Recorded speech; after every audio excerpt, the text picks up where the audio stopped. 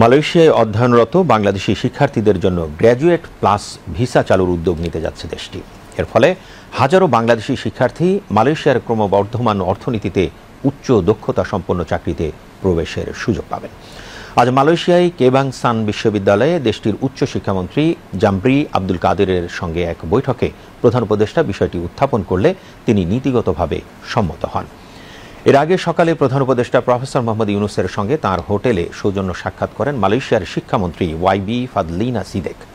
সাক্ষাৎকালে তারা শিক্ষা খাতে সহযোগিতা বাড়ানোর বিষয়ে আলোচনা করেন। এছাড়া আলোচনায় মালয়েশিয়ার বিশ্ববিদ্যালয় ও কলেজগুলোতে বাংলাদেশি শিক্ষার্থীদের জন্য বৃত্তির সংখ্যা বৃদ্ধি এবং দুই দেশের মধ্যে শিক্ষার্থী ও শিক্ষক বিনিময় কর্মসূচি সম্প্রসারণ গুরুত্ব পায়। এর আগে মানবাধিকার, গণতন্ত্র ও টেকসই উন্নয়নকে এশিয়া জুড়ে প্রচারের লক্ষ্যে গবেষণা, অ্যাডভোকেসি ও সংহতির মাধ্যমে কাজ করা আঞ্চলিক নেটওয়ার্ক ফোরাম এশিয়ার চেয়ারপারসন জেরাল্ড জোসেফ প্রধান উপদেষ্টা প্রফেসর মোহাম্মদ ইউনুসের সঙ্গে সৌজন্য সাক্ষাৎ করেন। এদিকে মালয়েশিয়ার ন্যাশনাল ইউনিভার্সিটি UKM এর চ্যান্সেলর ও নেগেরি সেম্বিলানের রাজা তুয়ানকু মুহরিজ ইবনি আল মারহুম তুয়ানকু মুনাত্তিয়ারকে জুলাই আগস্ট গণ অভ্যুত্থানের একটি গ্রাফিতি বই উপহার দিয়েছেন প্রধান উপদেষ্টা।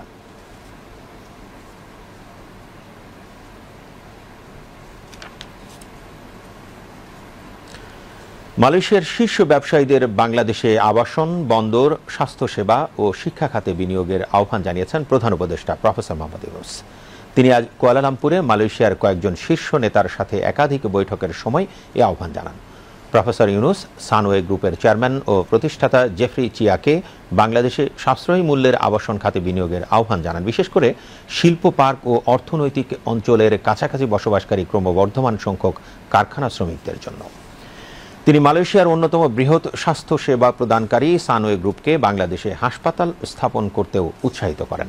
পৃথক বৈঠকে মালয়েশিয়ার জাতীয় কার প্রস্তুতকারক প্রোটন ও অবকাঠামো জায়ান্ট MMC কর্পোরেশন বেরহাদের মালিক ব্যবসায়ী সৈয়দ মুখতার আল বুখারি বিনিয়োগের মাধ্যমে বাংলাদেশকে সমর্থন করার প্রতিশ্রুতি ব্যক্ত করেন। সৈয়দ মুখতার নদী উন্নয়ন ও মৎস্যজীবী সম্প্রদায়ের সাথে জড়িত প্রকল্পগুলিতে দায়িত্বশীল পুনর্বাসনের প্রয়োজনীয়তার উপরও জোর দেন। সৈয়দ মুখতার প্রফেসর ইউনুসকে 18 শতকের ভারতীয় উপনিবেশ বিরোধী শাসক টিপু সুলতানের উপর 20 বছরের গবেষণা সংকলনের একটি বই উপহার দেন।